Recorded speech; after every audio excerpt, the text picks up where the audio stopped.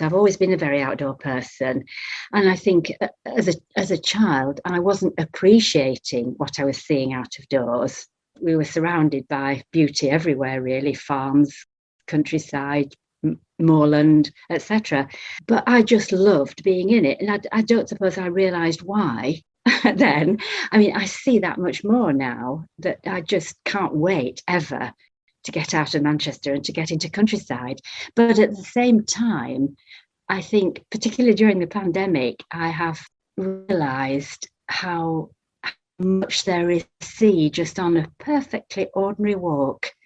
I mean, now, well, I've seen hazel catkins for weeks and weeks, and everything is budding now. And I put loads of new bulbs in last autumn, and now they're all coming up. There's new life, and just that is so precious.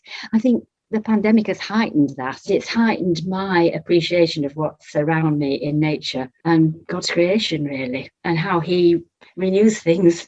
When I was younger, it was more about just the swimming, whereas now when I go swimming outdoors, it's more about the environment and just really, it's not particularly about getting the exercise of swimming. It's more about sort of looking around and feeling like you're one of the birds or you're one of the fish. You're just in it, you're submerged in nature when you're swimming in a different way to when you're just walking about.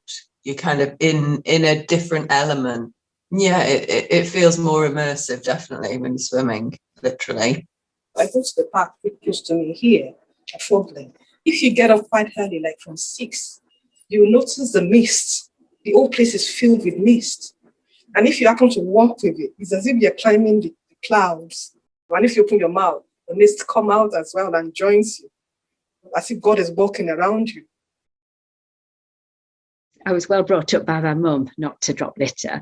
But when I was a child and even a teenager, there was precious little, apart from the odd crisp packet, that you ever dropped, because we didn't have the amount of disposable one-use things that people have these days. I go down to the Stena Lane car park and the litter bins there are just overflowing with coffee cups. My principle is, if you brought it with you, take it home and dispose of it properly. But better still, don't have disposable.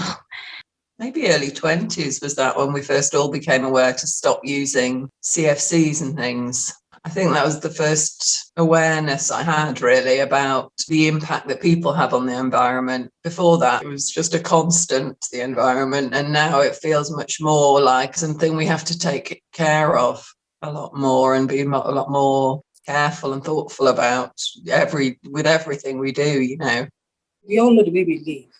There's a lot of consumerism that we do.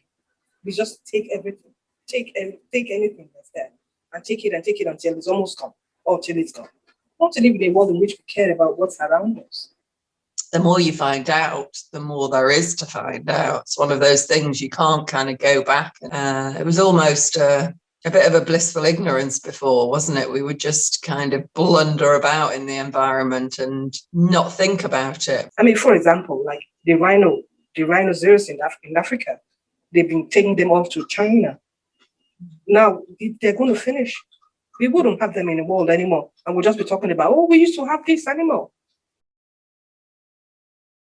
I think a very influential person has been David Attenborough, who started talking about these sort of issues, not in a campaigning sort of way, but just in this is what's happening, things are changing, animals are dying out, etc. And he's been a really respected person and loved person in our country. And people have begun to take notice, I think. I don't know how much difference that's made, but I do think I wish governments would do what they promised they'd do, but at least they are saying better things than they were 20 years ago. And that gives me hope that we will be able to work together.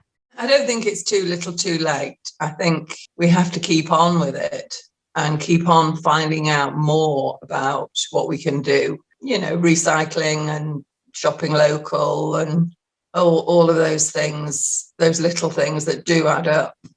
I want everybody to care about it. I want different countries to care about it. When I was giving out those leaflets, I was looking at the faces of the people that I was giving it to. Like, I was kind of imagining where they were from. Will they tell their friends about it?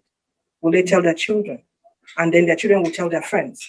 Will they all connect so that we can all feel this passion of taking care of our things in our world? So yeah,